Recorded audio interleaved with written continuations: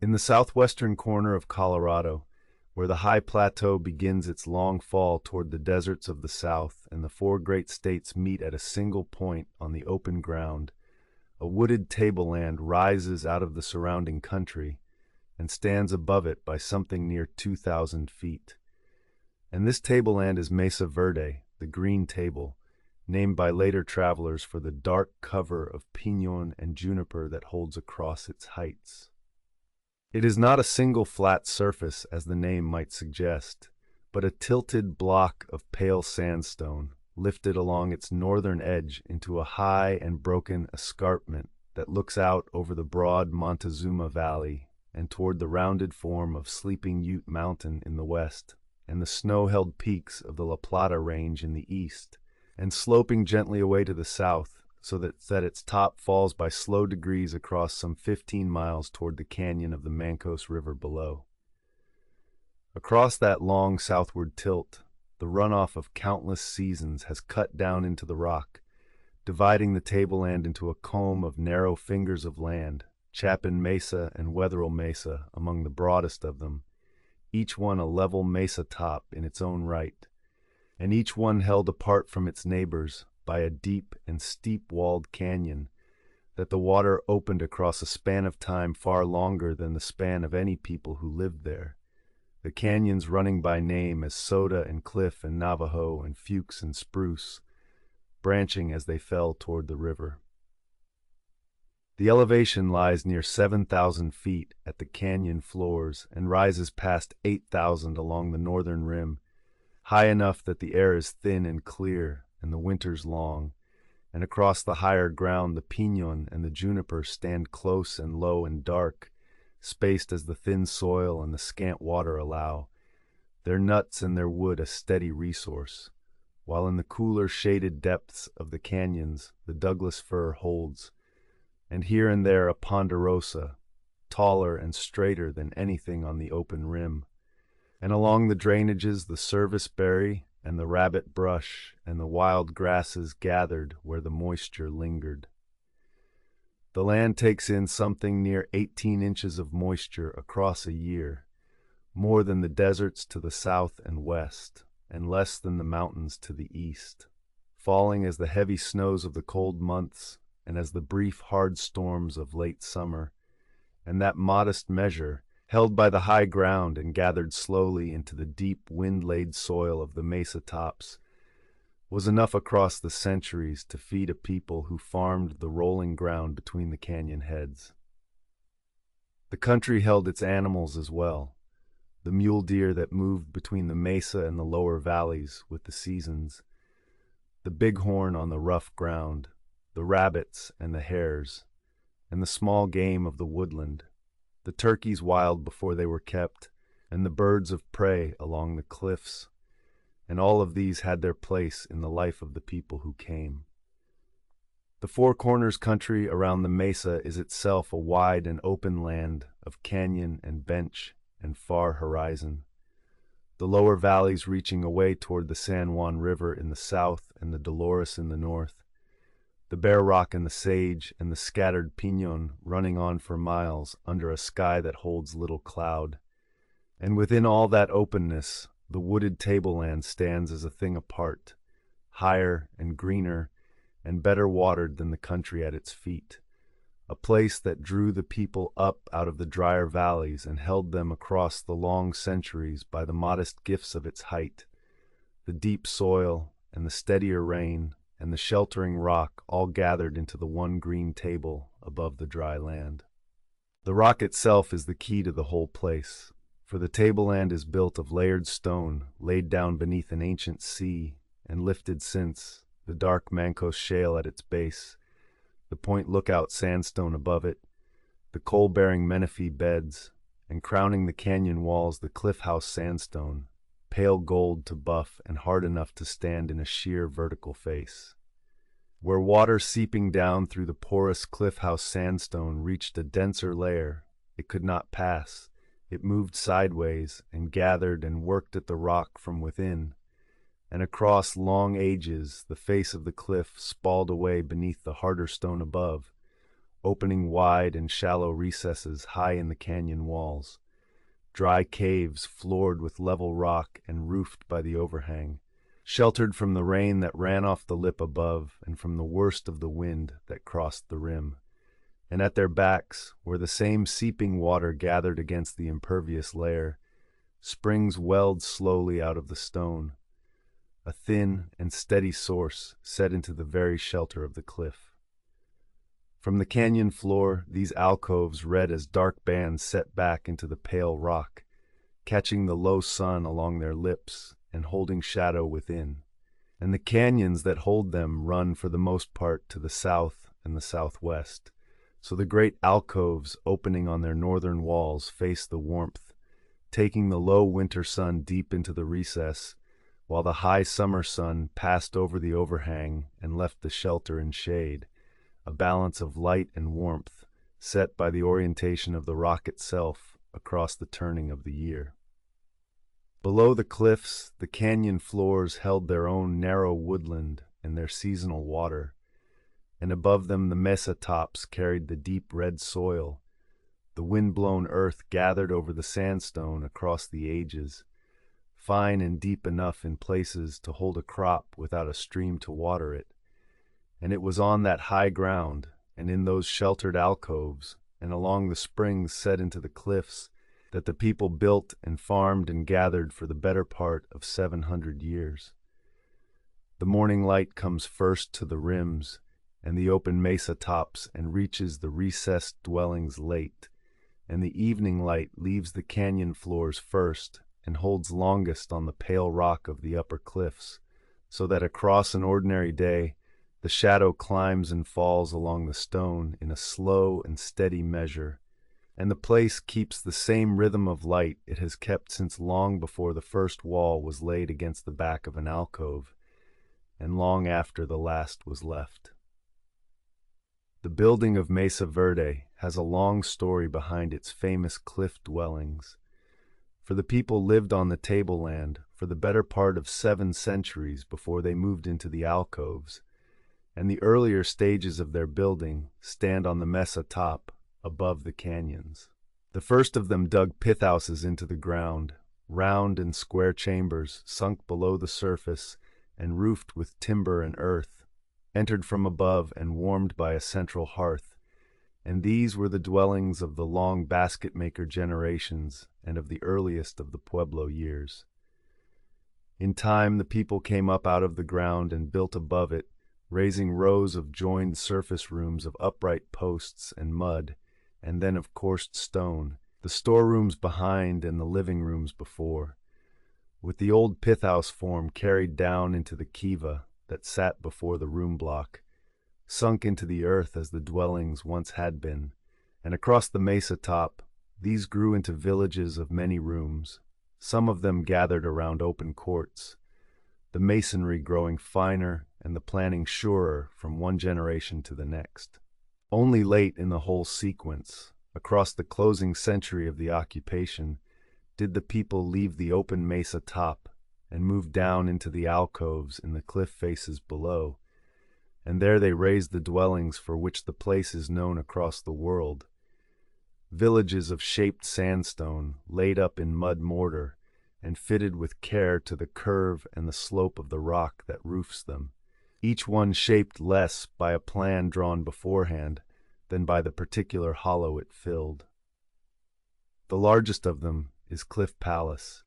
set deep in a great alcove in the wall of Cliff Canyon, with something near 150 rooms and more than 20 round kivas gathered into a single sweep of the cliff, rising in places to 3 and 4 stories where the height of the recess allowed, its rooms stepping back and up against the curve of the rock until the highest of them meet the soot-darkened overhang itself, and not far from it stand the others that the place is known by. Spruce Tree House, nearly whole in its deep and sheltered alcove, Balcony House high and defensible above its canyon and reached by a steep approach, Long House broad across the cliff of Wetherill Mesa, and Square Tower House, Mug House, Oak Tree House, and Step House, each set into its own recess along the canyons. The masons who raised these walls worked in the local sandstone, splitting it along its natural bedding into blocks that a single worker could carry, dressing the faces by pecking them with harder hammerstones until they sat true, and laying them in courses bound with the canyon's own soil mixed to a mortar, chinking the joints with small flat spalls of stone pressed into the wet mud, so that the finished wall held a close and even face. And they plastered many of the rooms within, and painted some of them with bands of red and white, and with simple running figures. They raised towers among the rooms, some of them round and some square, and some carrying a curve on one side and an angle on the other, set at times directly above a kiva, and joined to it by a low tunnel through the rock and masonry. And at Square Tower House, a single tower still stands 4 stories tall, the highest standing masonry on the mesa, set back beneath its overhang, where the dry air and the sheltering rock have held it upright across the centuries. The round kivas are the most consistent and the most carefully made of all the forms, sunk into the floor of the open spaces before the rooms, each a circular chamber lined with fine masonry, with a low bench running around the wall, and rising from that bench 6 short masonry pilasters that once carried the heavy cribbed roof of timber and earth, built up in diminishing rings until it closed near the top and left only a hatch for entry and for the smoke. In the floor of each kiva sat the hearth, and beyond it toward the south an upright slab of stone, the deflector, set to break the draft that came in low through a stone-lined ventilator shaft opening at the base of the wall, so that fresh air entered cool along the floor, and the smoke rose clear to the hatch above.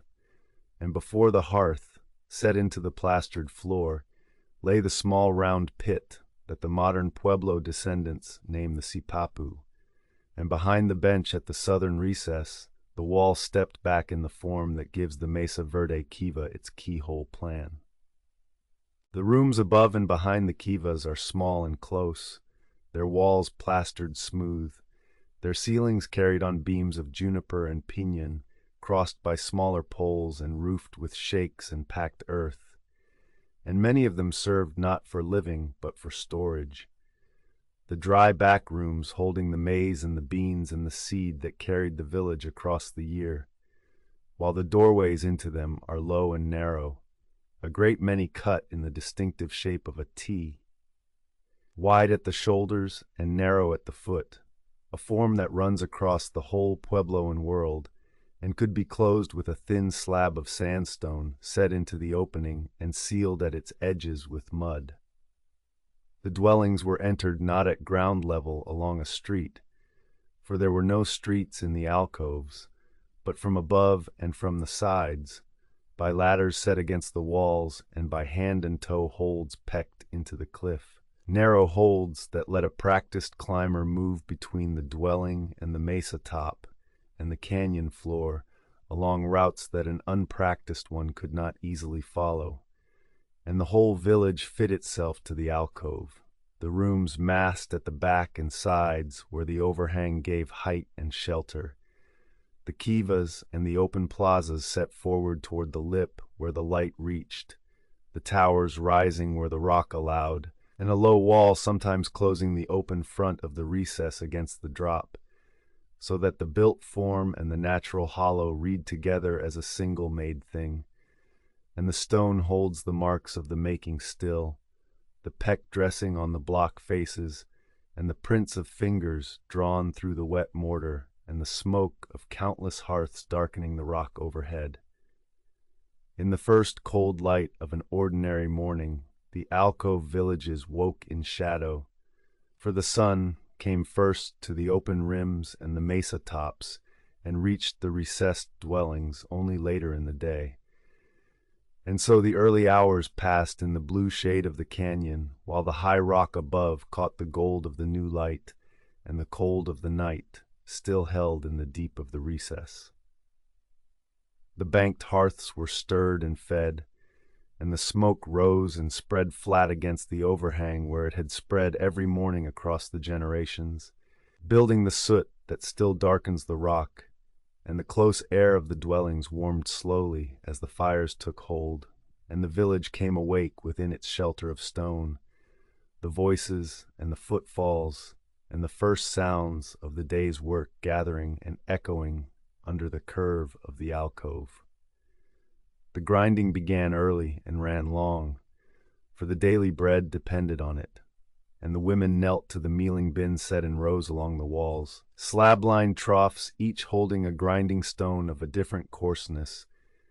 and broke the dried maize first on the rough metate where the kernels were cracked and broken, then moved the meal along to the finer stones where it was worked again and again until it was fine enough for the day's cooking. The steady rasp of the handstone on the slab, one of the constant sounds of the morning, and the meal so ground carried into it the fine grit of the stone that wore the people's teeth flat across a lifetime, aware the burial's record plainly. Water was carried up from the seep springs that gathered at the back of many of the alcoves, where the slow welling against the impervious rock filled shallow basins that the people deepened and tended,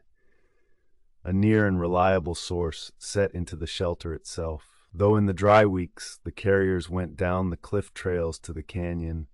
and the deeper pools and back up again with the day's water on their backs in jars and netted bags. The fields lay above, on the open and rolling ground of the mesa top,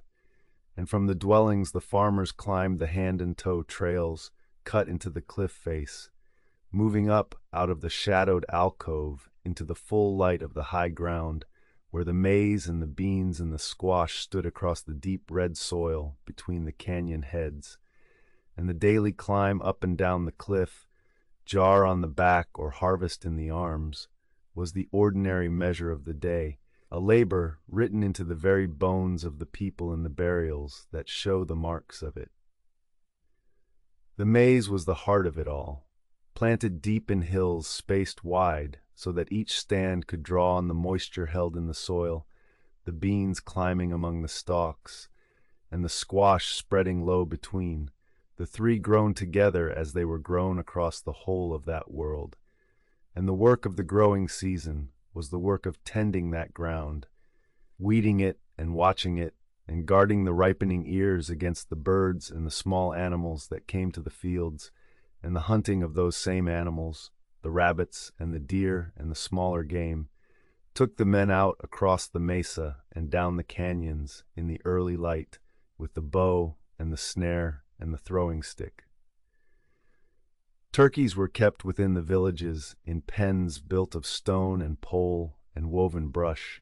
raised first for their feathers, which were stripped from the quill and twined around a cord of yucca to make the warm and light blankets that the cold of the high country required, and raised in time for their meat and their bone as well, so that the bird became across the centuries a steady part of the household, fed in good part on the very maize the people grew, and the dog moved among the dwellings as it had moved among them for ages, the one other creature the people had taken to themselves. The droppings of the turkeys, with the maize cobs and the ash of the hearths and the broken pots and the worn-out sandals and the bones of the meals and the sweepings of the rooms, were carried out and tipped over the front of the dwellings, building the midden that sloped away below each alcove, a deep and layered deposit that holds now the fullest record of the daily life that made it, and within it, as was the custom, the people buried their dead. Through the morning the village kept many works at once, the grinding and the cooking, the carrying of water and wood, the climbing to the fields and the tending of them, the minding of the turkeys, and the small children who played along the low walls at the edge of the drop under a watchful eye, the chipping of a new blade and the mending of an old net, and the sounds of it gathered and returned by the curve of the rock overhead, and the bread was cooked on the heated slabs and in the ash, and the maize boiled into a gruel and a stew with beans and squash, and what meat the hunting and the pens had given, the morning meal taken as the work allowed rather than at a set hour. The water of the seeps was tended with care, for it was the near and certain source on which the dwelling depended. The basins kept clean and deepened, and the seep itself protected. And the people had learned across the generations exactly where in the back of each alcove the rock would give its slow water, so that the choice of which recess to build in was in good part the choice of which held a reliable spring. The morning was the time as well for the small repairs that the dwelling always needed. A wall replastered where the winter had worn it, a roof beam checked, a doorway reset, the mud mortar mixed fresh and worked into the joints, the ordinary upkeep of a village of earth and stone that the people gave without thought as the daily round required, and the children learned the work by doing it alongside the elders. The grinding and the carrying and the plastering and the tending of the turkeys passed down hand to hand as naturally as the songs and the histories were passed down in the kivas. By the time the sun at last cleared the canyon rim and reached down into the alcove, the village had long been awake and at its work, and the warmth of the light came as a second waking, filling the recess and drawing the day's heat into the pale stone that would hold it through the labor of the day and give it back against the cold of the coming night. The materials of Mesa Verde were drawn for the most part from close at hand, from the rock and the soil and the wood and the fiber of the mesa itself, and the small portion that came from farther off was the more valued for the distance it had traveled. The stone of the walls was the cliff house sandstone, the same formation that held the alcoves, quarried from the cliffs and from the loose fall at their feet, split along its bedding planes into manageable blocks, and dressed by abrasion pecked and rubbed with harder hammerstones until the face sat true, and the mortar that bound it was the canyon's own soil, a clayey earth mixed with water and at times with ash and small stone to bind and to fill, spread thick between the courses and chinked with spalls and smoothed by hand, the whole of the masonry a craft of the most ordinary local stuff raised to a fine result. The timber was juniper and pinon for the most part, the close and twisted wood of the mesa-top woodland cut for the shorter beams and the crossing poles, and for the longer and straighter spans the ponderosa carried in from the higher and cooler ground, and the wood was felled and worked to length with stone axes, and it carries in its growth rings, read now under the close study of the tree ring science that was first worked out in this very country of the Southwest, a record so exact that the building of a given room can be fixed to the year its beams were cut, and at times to the very season within that year, a precision of dating that almost no other ancient place in the world can give. The pottery was the most accomplished of the crafts, and behind the famous wares lay a long descent from the basketry of the earlier basket-maker generations. The coiled and twined baskets so finely made that they held water and could be cooked in with heated stones, a craft the people never set aside, even as the clay vessels came to carry the daily load. The finest of the pottery was the Mesa Verde black on white, the last and most refined of a long line of painted wares, a hard gray ware built up by coiling and scraped and smoothed and slipped white, then painted with a mineral pigment ground from iron-bearing stone, the designs close and exact, hatched lines and bands and stepped figures and interlocking frets carried around the form with a sure hand, and the ware was made into bowls and into ladles and into the tall, straight-sided mugs that are nearly a signature of the place, drinking vessels shaped almost like a modern cup, and into the wide-mouthed kiva jars used in the round rooms. Alongside the painted ware, the people made the plain cooking pottery, the gray corrugated ware whose surface was left in the pinched and unsmoothed ridges of its coils, a texture that spread the heat of the cooking fire across the vessel and gave the hand a surer grip. And these pots, blackened with long use, were the everyday vessels of the hearth, while the painted ware served the table and the storing and the ceremony. And the broken sherds of both lie thick in the middens, the most common single thing the ground gives up. The yucca that grew across the mesa gave a fiber worked into a great range of goods, the soles and the whole of the woven sandals, the cordage and the rope, the mats and the netted carrying bags and the snares, and the leaves gave a ready-made needle of point and fiber together, and the plant gave food from its fruit and a soap from its root besides, so that the yucca was among the most useful of all the plants the people gathered, woven through nearly every part of the daily life.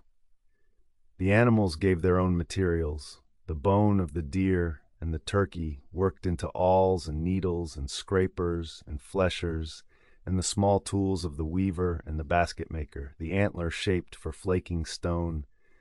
the hide of the deer and the smaller game dressed for cordage and for clothing and for the carrying of goods, the sinew drawn for binding and for the backing of the bow, and the feathers of the turkey twined for the warm blankets that the cold required, and the feathers of other birds kept for ornament and for the prayer sticks of ceremony. The chipped stone was largely local chert, and the harder silicified stone gathered from the gravels and the outcrops, worked into the knives and the scrapers and the drills and the points of the hunt by the old skill of flaking, and among it the occasional piece of obsidian, the volcanic glass that does not occur on the mesa and was carried in from sources well to the south, each piece traceable now by its chemistry to the particular flow that bore it. The cotton that the people wove was likewise an import, for the plant required a longer and warmer season than the high tableland could give, and it came in as thread and as finished cloth from the country to the south, taken up by the local weavers on the upright loom, whose anchor holes are found set into the floors of some of the kivas, and worked alongside the yucca and the turkey feather cord into the textiles of the place, while the marine shell and the turquoise that they shaped into ornament came from farther still, so that the material life of the mesa was built mostly of its own ground and its own woodland and its own wild plants and game, with a thin and precious thread of the distant running through it, and the whole of it survives in the dry alcoves with a completeness that the open and weathered sites of the wetter country can never match. The sandals and the cordage and the feather blankets and the very kernels of maize held whole where elsewhere only the stone and the bone endure. Mesa Verde was no closed world set apart on its high tableland, but a place caught up in a wide web of exchange that ran across the whole of the Colorado Plateau and reached well beyond its southern rim, and the goods that moved along that web are found now in the rooms and the middens and the burials of the mesa, set down where their owners left them. The clearest of the distant goods is the marine shell, carried up from the Gulf of California and from the Pacific shore hundreds of miles to the west and south. The shell worked into beads and into pendants and into the broad bracelets cut from a single large valve, ornament that passed from hand to hand along the trails through community after community until it reached the cold high country where no sea had ever been. Turquoise came along the same kinds of routes, drawn from sources scattered across the south and the east, the raw blue-green stone drilled into beads by the thousand and ground and polished into the small flat pieces set as inlay, and the working of it on the mesa, the tiny stone drills and the unfinished blanks and the fine debris of the craft found in the rooms,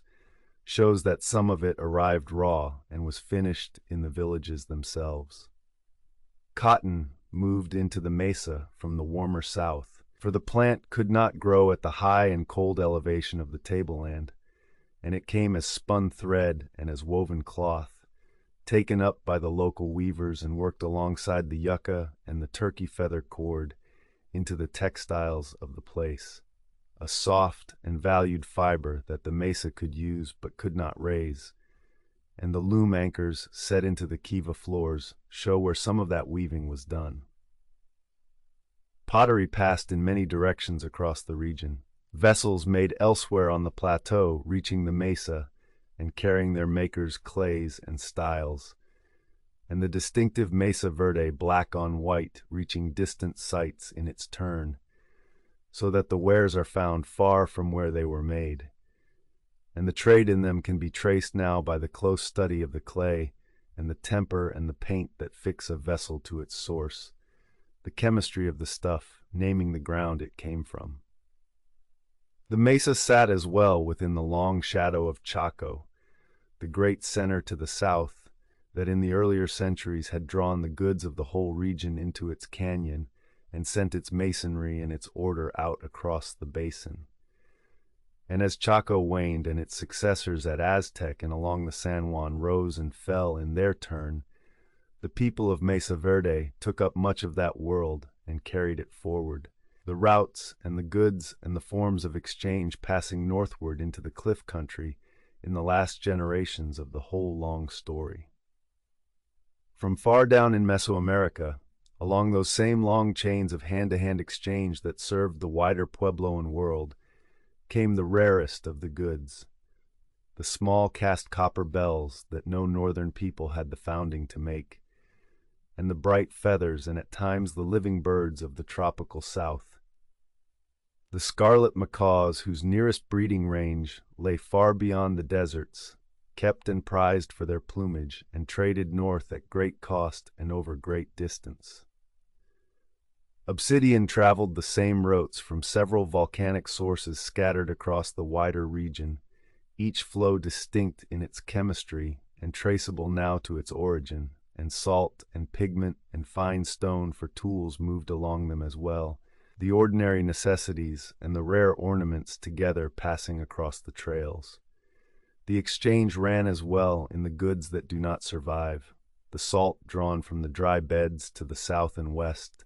the hides and the dried meat, the cotton seed and the wild plant foods, the very knowledge of how a pot was painted or a kiva laid out, all of it moving with the goods along the same slow ways, so that a community high in the cliffs of Mesa Verde shared its forms and its fashions with communities far across the plateau, the styles of the painted ware shifting together across great distances as the makers learned from one another. The shell and the turquoise gathered most thickly in the burials and in the offerings set in the kivas, the ornament of a person carried into the ground or laid by in the sacred rooms. And from the count and the placing of it, the reach of a household into that wider world can be measured. The few who held the copper bells and the macaw feathers standing apart from the many who held only the local stone and bone, the distant goods a mark of standing as much as of trade. Those routes were not the great built and bermed roads of the Chacoan world in its height, but the older and simpler ways of the foot traveler, the trails along the canyon rims and across the open country and down the river corridors and through the passes, traveled by people carrying goods on their backs in the netted bags and the burden baskets, and the exchange moved as much by the slow passage of a thing from one community to the next, a gift here and a barter there, as by any long single journey of a trader. What the mesa sent out along those ways is harder to read than what it received, for its own great surplus was likely the yield of its fields in the good years and the craft of its potters and its weavers, goods that either were consumed where they went or that survive only as the wares carried off to other sites. But the inward flow is plain enough in the shell and the turquoise and the cotton and the copper and the bright tropical feathers, the distant woven through the daily life of a high and seemingly remote place. And it stands as a measure of how far the threads of that world ran, and how thoroughly even a tableland set high above its valleys was bound into the whole of it. As the light left the canyon, the order of the day reversed itself, For the evening came first to the floor and to the shadowed depths, and held longest on the pale upper cliffs, and the alcoves, which had waited through the morning for the sun, now kept the warmth of the afternoon longer than the open mesa above, the heated rock of the recess giving its stored heat slowly back into the dwellings as the air outside began to cool and the shadow climbed the far wall of the canyon.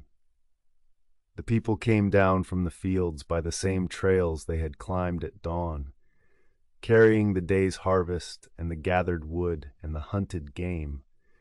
and the work of the village turned inward to the hearths and to the round kivas sunk before the rooms. The same period of the day seen now from the other side, the labor of getting and tending giving way to the labor of making and mending in the failing light, the village drawing together as the cold came on. By the glow of the hearths, the grinding sometimes went on,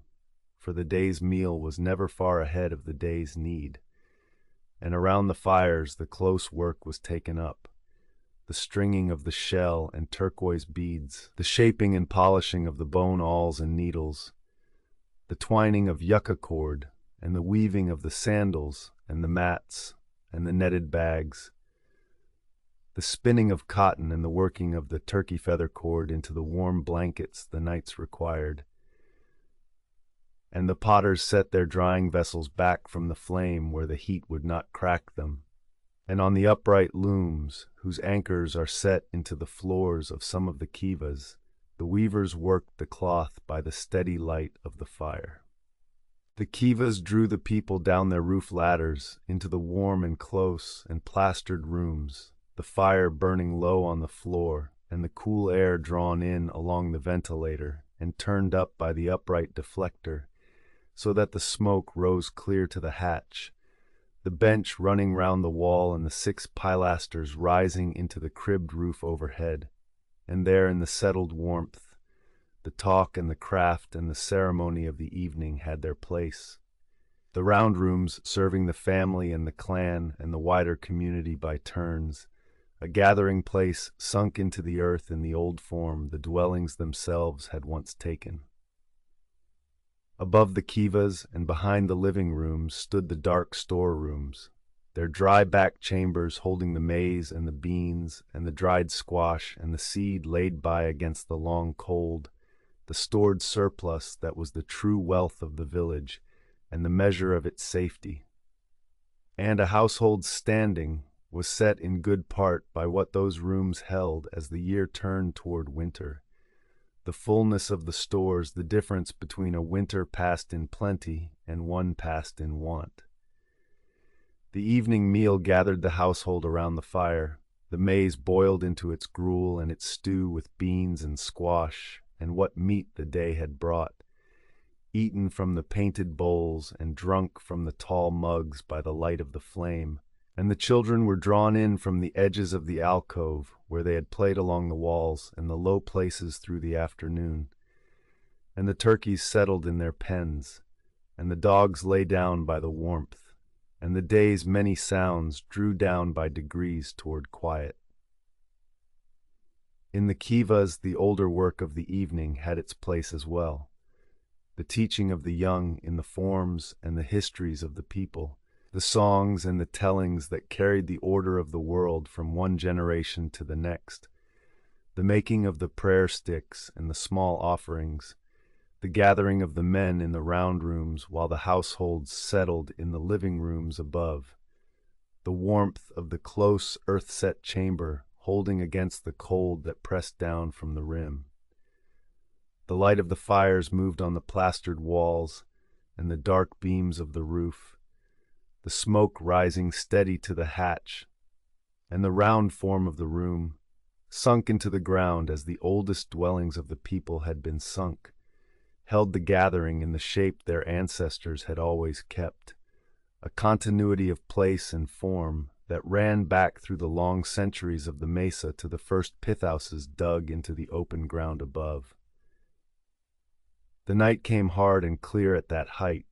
the cold settling down into the canyons as the rock at last gave up the last of the day's heat, and the stars stood thick over the south-facing cliffs in an air unclouded by any haze and untouched by any other light. The same stars by which the people read the turning of the seasons and set the times of the planting and the ceremony, the sky a near and constant presence over the sheltered villages. The village banked its fires against the morning and drew in against the dark. The ladders pulled up at the dwellings that were reached only by ladder.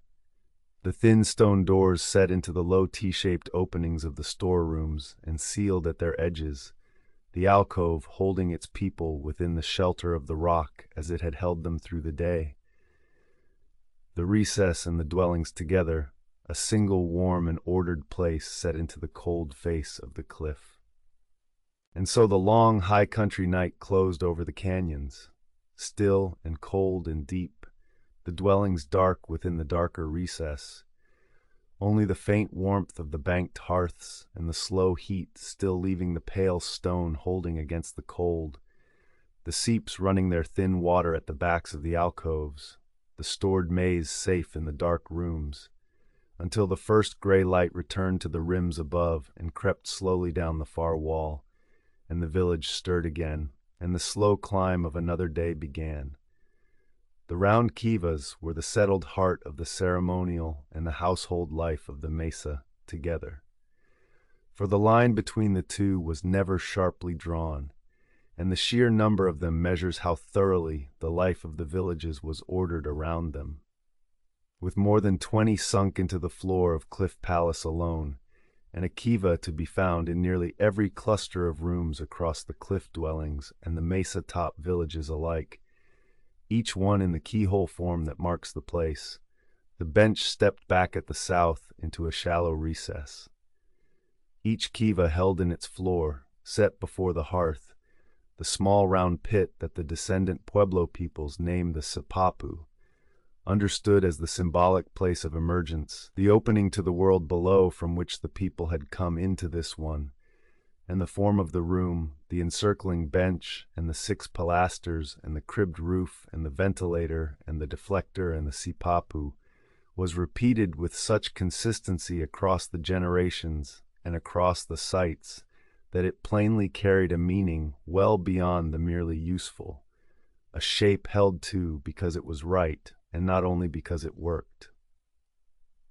On the mesa top above Cliff Palace and the head of Fuchs Canyon stands the building called the Sun Temple, set apart from the dwellings on the high ground between the canyons. A large structure laid out on a deliberate D-shaped plan in fine double-coursed masonry, its walls built of carefully dressed and fitted stone to a standard above that of the ordinary rooms, enclosing chambers that have no doorways into them, and that show no sign of ever having carried a roof, and within the thickness of its double walls run galleries, and at its corners stand round rooms in the manner of kivas. The building was left at the height its makers had reached when the work stopped, unfinished and never lived in, and its plan and its placement, and the shallow basin, pecked into the rock at its southwestern corner, have been read against the movement of the sun across the year. The alignment of its walls set toward the turning points of the light, so that it stands as something raised for the ordering of the calendar and the marking of the season and the gathering of the people, rather than for any daily use, a work set apart from the ordinary business of living. Across the canyon from Cliff Palace, in the wall of Fuchs Canyon, stand 2 more structures set aside from the dwellings, the one called Fire Temple, a great open court with a raised bench and a row of low pillars and traces of painted plaster on its rear wall, the floor laid out in the manner of the great kivas that elsewhere served whole communities, and beside it the small high cluster called the New Firehouse, and together they mark that stretch of the canyon as a ceremonial heart of the southern mesa. The people marked the rock of the canyons and the rims with petroglyphs as well. Figures pecked and ground through the dark patina of the sandstone into the pale stone beneath, the spirals and the human and animal forms, and the handprints and the rows and ranks of marks, some of them gathered into broad panels along the trails and the cliff faces where the passage of the sun or the gathering of the people gave them their place. The dead were buried within the fabric of the villages and within the deep middens that sloped below them, laid to rest in the refuse and the abandoned rooms and the old storerooms, the body drawn up with the knees toward the chest and wrapped in mats and in the feather blankets, and accompanied often by the goods of the life it had kept, the pots and the ladles and the ornaments of shell and turquoise, the woven sandals and the tools and the baskets. And the dry shelter of the alcoves preserved many of them with their wrappings and their offerings whole, so that the burials hold a fuller record of belief and of daily goods than the open graves of the wetter country can ever give. The towers that rise among the rooms, round and square, and set at times directly above a kiva, and joined to it by a tunnel through the rock, have been read variously as works of watching and of defense and of ceremony, and likely served more than one of those ends across their use, their high small windows giving a line of sight along the canyon and toward the rising and setting of the sun and the stars, their masonry among the finest the builders raised. The reading of the sky was woven all through this life, the year set by the watching of the sun against the notches and the towers of the horizon, the solstices marked where the rising light reached its southern and its northern limits, the planting and the gathering and the ceremony timed to that slow and certain swing of the light, and the clear dark air of the high country, unclouded and unlit, gave the watchers a sky as plain and as steady as any people ever read. The ceremony and the calendar and the daily round were not three separate things, but one ordered whole. The kiva and the field and the storeroom and the marked horizon all bound together in a single understanding of how the world turned and how a people were to live rightly within it. And that understanding, more than any wall or pot, is the deepest thing the mesa holds. Across the whole of it, the ceremony of the mesa appears to have been woven through the daily round, rather than set apart in any separate priestly quarter. The kiva serving the family and the clan and the wider community by turns, the calendar read from the high places and the marked rock, and the deliberate building of the sun temple and the fire temple. The dead kept close within the dwellings of the living, and that whole ordered life, in its forms and its understandings, was carried forward by the people who descend from the mesa, for the kiva and the sipapu, and the emergence and the turning of the year live on in the ceremonial life of the Pueblo peoples, still, an inheritance unbroken across the centuries that the cliff dwellings have stood empty. The year on the mesa turned hard between a long deep cold and a short warmth, and the whole of the farming life was set within the narrow season that the high elevation allowed, a season measured and watched and prepared for across the centuries with a care that the slender margin demanded, for the difference between a good year and a poor one was the difference between full storerooms and empty ones. The winters were long and held heavy snow across the high ground, the open mesa tops buried, and the canyons filling with shadow as the low sun failed to clear their southern rims, the seeps slowing to a trickle and skinning over with ice, the fields under snow and the woodland silent under its white load. And through those months the village lived on what its storerooms held, the maize and the beans and the dried squash and the stored seed laid by through the autumn, the dark back rooms of the dwellings the true measure of whether a household passed the winter in plenty or in want. The cold drew the life of the village inward, to the hearths and the kivas, and the close work that the season allowed, the weaving and the tool-making and the mending of all that the warm months had worn, the telling and the ceremony that filled the long nights, and the warmth of the sheltered alcove, holding the low winter sun deep into the recess where the high summer sun could not reach, made the cliff dwellings a measurably warmer place to pass the cold than the open ground above, a comfort set by the very orientation of the canyons, and surely among the reasons the people had come down into them. The spring came slowly to that height, the snowmelt feeding the deep soil and swelling the seeps and the canyon streams, and the planting waited on the last hard frost, which came late in that country and could return to ruin a field that had been set too soon, so that the people read the season closely, watching the sun against the horizon and the marked places and the high buildings to fix the time, and set the maize deep into the warming ground in its wide-spaced hills, the beans and the squash with it,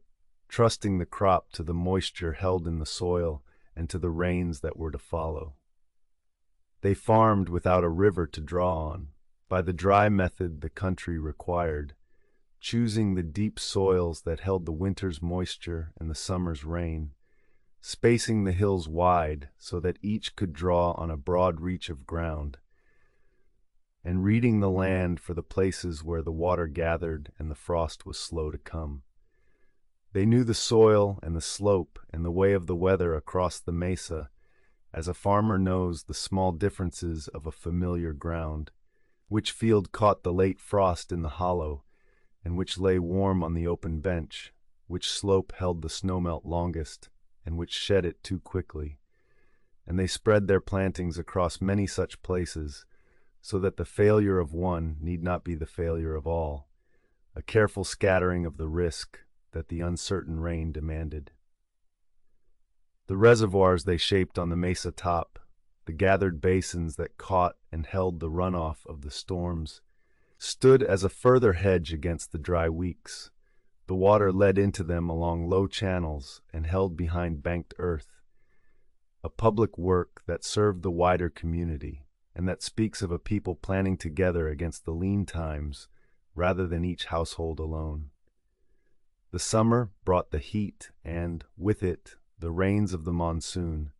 the afternoon storms that built over the high country through the warm months and broke across the mesa in brief and heavy falls, water that the fields needed and that the people worked to hold upon the land. For the rain that ran off the bare slick rock and down the drainages did the crop no good unless it was caught and turned aside and spread across the planted ground. They built low check dams of stone and earth across the side drainages to slow the runoff and gather the washed soil behind them into level and watered plots. They led the water through ditches and spread it across the fields behind low borders. And on the mesa top, they shaped basins and small reservoirs to catch and hold the runoff against the dry weeks between the storms, the gathered water standing for the village and the fields when the sky withheld its rain, a careful husbanding of every fall that the country gave. The late summer and the early autumn brought the harvest, the season the whole year had bent toward, the ripened maize gathered from the fields and carried down the cliff trails to the dwellings and dried and shelled and stored, the beans and the squash with it, the surplus of a good year laid carefully by against the want of a poor one to come, the storerooms filled and the year's safety measured in their fullness, and with the planted harvest came the wild one. The piñon nuts of the autumn woodland in the years they bore heavily, gathered and stored against the winter, the seeds and the berries and the plants of the canyon and the rim taken in their seasons,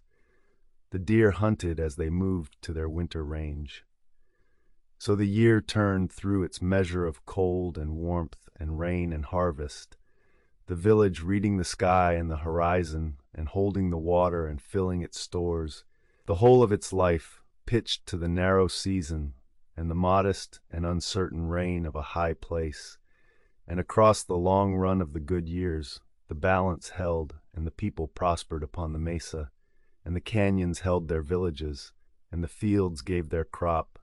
and the storerooms carried the winters, season after season after season, for the better part of 700 years,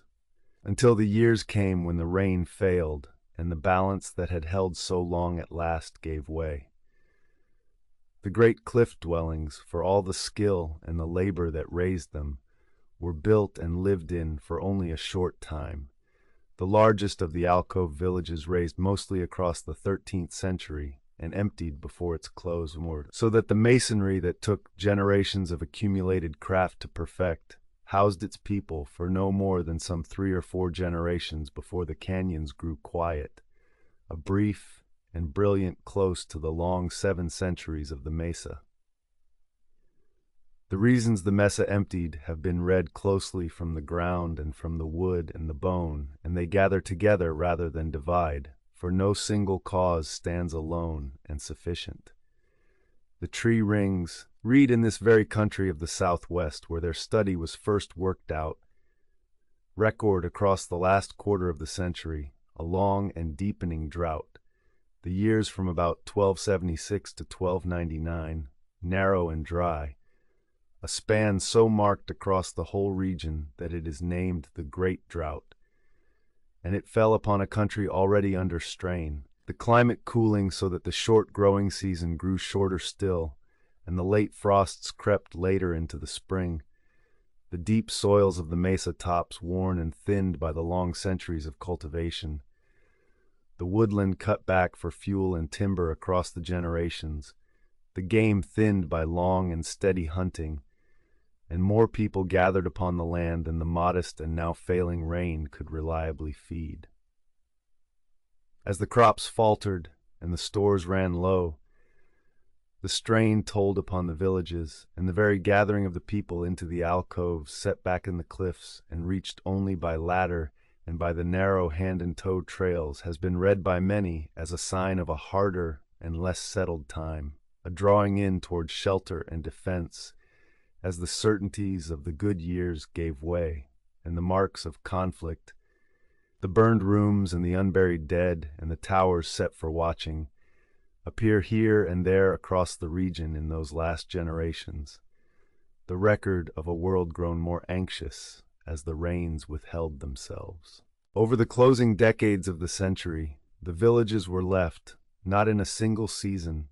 and not in a single way, but household by household and community by community across a span of years, the people gathering what they could carry and moving away from the mesa toward the south and the southeast, toward the valley of the Rio Grande, where the river ran sure, and toward the country of the Hopi mesas and the Zuni, where their kin had gone before them and where the rains were steadier or the water nearer, and there their descendants live among the Pueblo peoples to this day, more than 24 tribes and pueblos, counting the mesa among the homes of their ancestors. There was no burning laid down across the whole of the canyons, and no single ending set in the ground, but rather the slow quiet of a place left behind, the rooms closed and the ladders taken down or left to weather, the heavier goods that could not be carried set aside in the storerooms and the corners and the kivas, the turkeys gone and the fields unworked and the seeps untended, the alcoves emptied by degrees of the voices and the smoke that had filled them across the generations and given over to the silence of the rock, the dry shelter that had held the villages through their living held them through their emptying as well, keeping the walls upright and the timbers sound and the very goods on the floors where their owners had set them down, the pots in the rooms and the sandals by the hearths and the kernels in the storage jars, so that the place the people left was preserved by the same overhang that had sheltered them, and the canyons kept, across the long centuries that followed, the very form of the life that had gone from them.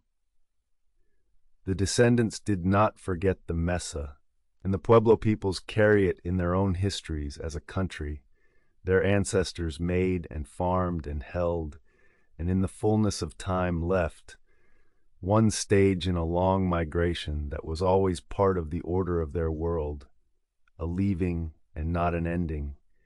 and the kivas and the emergence and the turning of the year that had ordered the life of the cliff dwellings went south with the people and live in their ceremony still. So that the place stands not as a thing broken off and finished, but as a chapter closed and carried forward by those who came out of it. The country emptied of its people, but never emptied of its meaning. The whole of the northern San Juan country emptied across those same decades, not the mesa alone, but the wider region around it, the great communities of the river valleys and the open benches given over together, so that by the close of the 13th century, the cliff country that had held tens of thousands of people stood nearly empty of them, and the center of that world had moved south to the river valleys, where it has remained among the Pueblo peoples since. The leaving was orderly in its way, the people taking the things that mattered and that could be carried, and setting the rest aside with a care that speaks less of flight than of a planned departure. The seed corn carried south to be planted in a new ground, the histories carried in the memory and the song, and the dead of the long generations left in the middens and the rooms where they had always been laid, so that the ancestors stayed with the country even as the living went away from it. The villages stand today within Mesa Verde National Park, the high tableland and its deep canyons set aside in the year 1906 as a reserve made, for the first time in the country, to protect the works of a people rather than a wonder of the land, and recognized since among the places of worldwide account, held in trust for the descendants who came from it and for all who come to see it. The dwellings had come again to wider notice in the closing years of the 19th century, when ranchers working the country and travelers crossing it came upon the great alcove villages standing whole in their cliffs, Cliff Palace and Spruce Tree House, and the rest reported and named. And in the years that followed, both careful study and heavy taking went on among them, the rooms dug and the goods carried off, some to distant museums across the sea, until the setting aside of the park brought that taking to its close and put the place under keeping. The dry alcoves have held the masonry across 7 centuries with a completeness found almost nowhere else in the world, the coursed walls standing to their full height in many a room, the towers rising as they were raised, square tower house carrying its 4 stories still beneath the overhang, the round kivas open now to the sky where their cribbed roofs have gone, but their benches and their pilasters and their hearths and their ventilators set as they were built,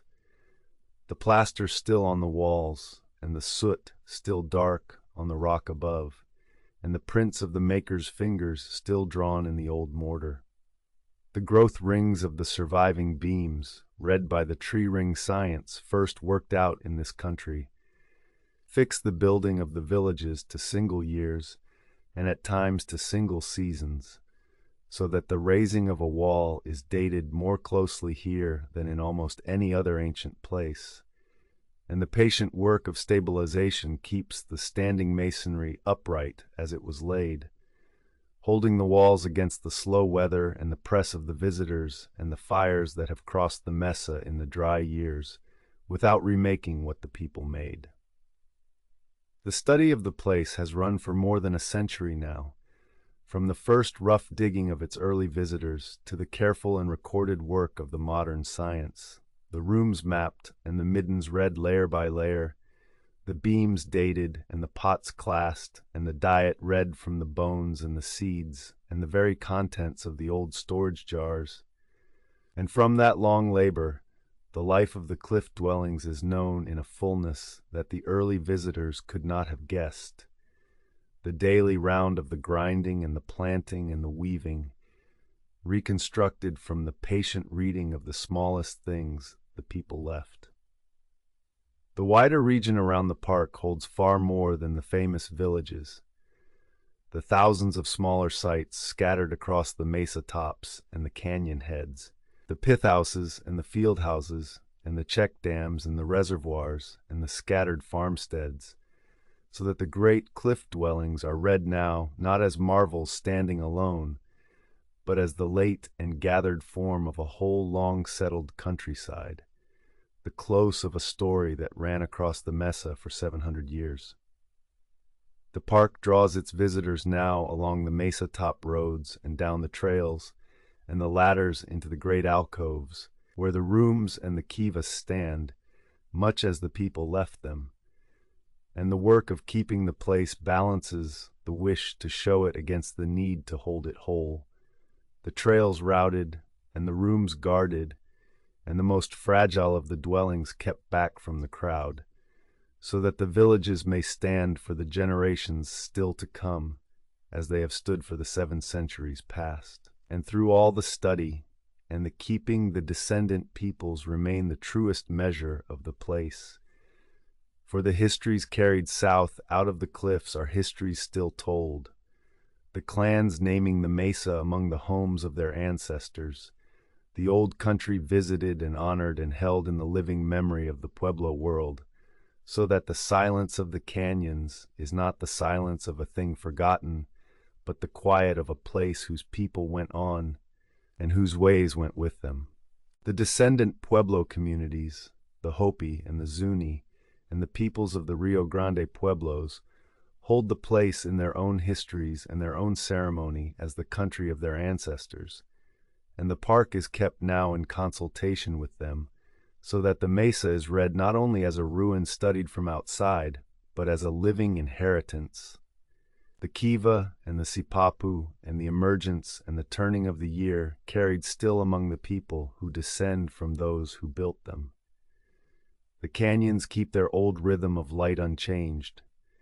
the morning coming late to the shadowed alcoves and the evening holding long on the pale upper cliffs,